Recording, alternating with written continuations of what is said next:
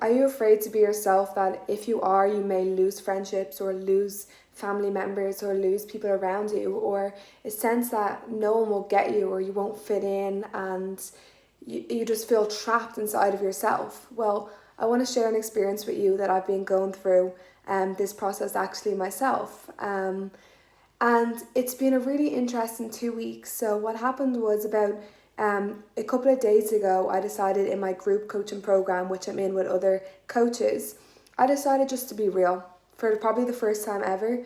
I decided in public just to be real and just to press live and just to say whatever was on my mind. And I'll put a link up here to that video if you do want to watch that. So I just vulnerably spoke and I opened up about my fears of what I was going through and of not wanting to be a coach because of all my limiting beliefs and all of the negative stories that I was telling myself as to why I can't. But really what was going on was a fear to let go of who I think I should be or what I think I should be doing, or based on what I've done on the past or based on what other people have done on the past. But what I've realised is I do want to actually carve my own way and carve my own way into a path that hasn't been done before. And by doing that, by being authentically me. And in the last couple of weeks, I've had really interesting conversations in my life by just deciding, frick it, I just want to be myself. And I've been chatting to people in work or at the coffee shop or in the park. And I've just been having really nice, deep conversations with people, deep, meaningful, connectful conversations with people. And I used to have this belief in my head that, small talk, everyone just talks small talk's so boring, without realising that I could be the person to change that. So what's been happening for me in the last week is I went down to the park and was sitting there and I just saw a guy who took a picture of a swan, and the swan's mouth opened and it looked so cool. So I just said, oh my God, can I see that photo? And then we ended up speaking. He was talking about some poets. He gave me some poets to follow on Instagram, which I never really followed poets before, so that's pretty interesting.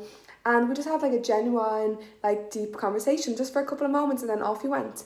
And then I had another conversation with a guy who was travelling to Ireland learning English from the Middle East, and he was just speaking about, I was just looking at a duck, and then he also was looking at the duck, and he just said hi, and then he was saying, look, that's life, the duck lands here, and then it flies off, and then it comes back for a while.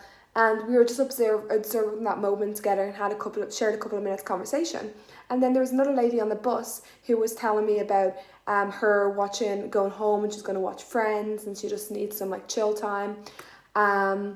Or I just feel by being myself and just being more open with my energy as well, it's attracting more people in to be able to do the same thing, because what I'm putting out and the person I'm being is the people that I'm attracting. And when I put out the video a couple of days ago in my coaching, I got an amazing response of people just really admiring my vulnerability, and it just made me feel even better. Finally I'm breaking free of literally what I built for me, what I built of who I should be. Oh my God, I didn't mean to just rhyme there, that's so funny.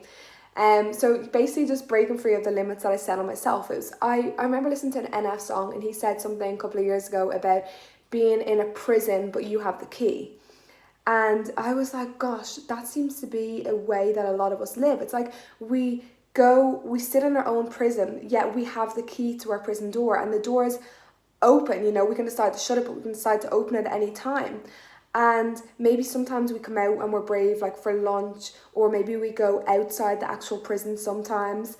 But it's we keep returning back to that. And I can see that over the last, even my childhood, when, for example, in dance class, when I wanted to just be able to dance and express myself, but I was so fearful of what other people thought of me or just being able to express myself. And even though I really wanted to, I kept myself in that prison of being me. And when it was free time and people were just dancing and moving and not thinking, I was so much in my head overthinking everything. Or free time, a break, when I'm thinking, who do I sit with? No one's going to want to sit with me, and everything I was telling myself. Or free time in swim class. And it's free time used to freak me out because of all these negative beliefs or all these shoulds or all these things that I put on myself, keeping myself in that prison.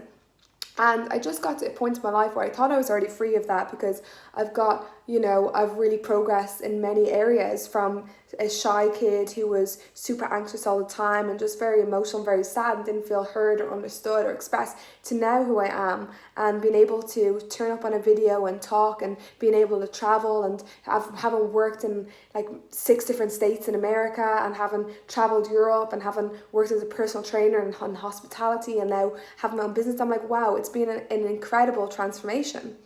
But sometimes it can be hard to see, because when we are in it and going through the experience, I kind of am thinking of it like when you're looking at a piece of art. So like if you're looking at a painting, and if the painting's right here, you're looking close to it, you only get to see maybe the color red or the color orange. You don't get to see the photo. But then when you step further away from the photo, you get to actually see what the picture looks like. And I feel like that's important to do in life sometimes, just to stand away from yourself and look down as if with a more open-minded and compassionate view.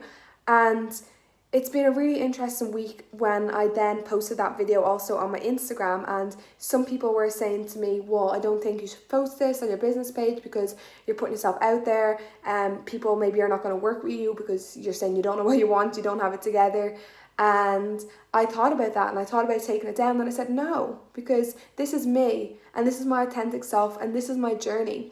And if that means someone doesn't want to work with me this week, fine. But maybe in 4 months' time, when they see the journey that I've gone on, and then I have that point of reference to go back to, you're going to see the transformation, you see, because it's easy to make a video when I'm feeling great, when I'm feeling good, when I've just learned something. But how is someone ever going to relate to my story when they don't see a point of reference to refer that back to? Maybe they're just going to think I've always been this way, I've always been confident.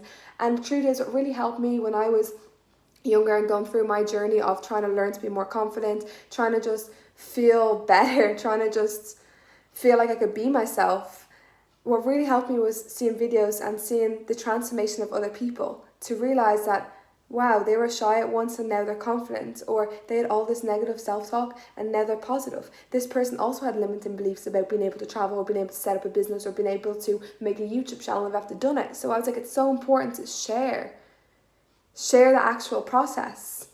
And I'm having fun with it. Like, it's so fun just making a video and sometimes not having a plan, like, and just seeing what actually comes out. And I feel like maybe this is more suited to me.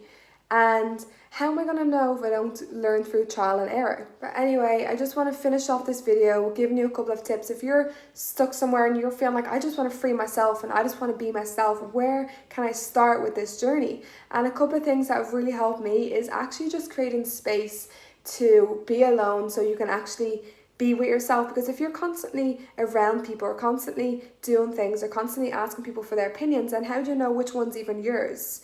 And what really helps is just having some time alone, or even doing some journaling, and building some of those disciplines into your daily life, so you can then start to build a relationship with yourself and start to befriend yourself. So that inner voice, you know, that's always telling you maybe you've done this wrong, or this is stupid, or whatever, starting to change that inner voice of a more compassionate, loving friend who is, you're having that inner dialogue in a different way. And if you're struggling with maybe the accountability of that, what I would say, or of doing that consistently, don't judge yourself. Change takes time, and it takes having certain systems in place to make it easier to then have a habit. So if something's coming up for you, instead of judging yourself, get curious about it and compassionate, and think, well, why did I say I was going to journal and then I haven't done it for 2 weeks, even though I know how important it could be for me? And then once you actually get to that place, then you can say, well, what would help me? Should I have an accountability buddy? Should I have a coach? Should I go to a group class where we do this? And then once you acknowledge that, you can then start to make a change and make a difference. So thank you everyone who's watched this video. I appreciate your time. I appreciate you being here. I hope you've taken something from this experience, and know that it is safe to be you. Chat to you soon.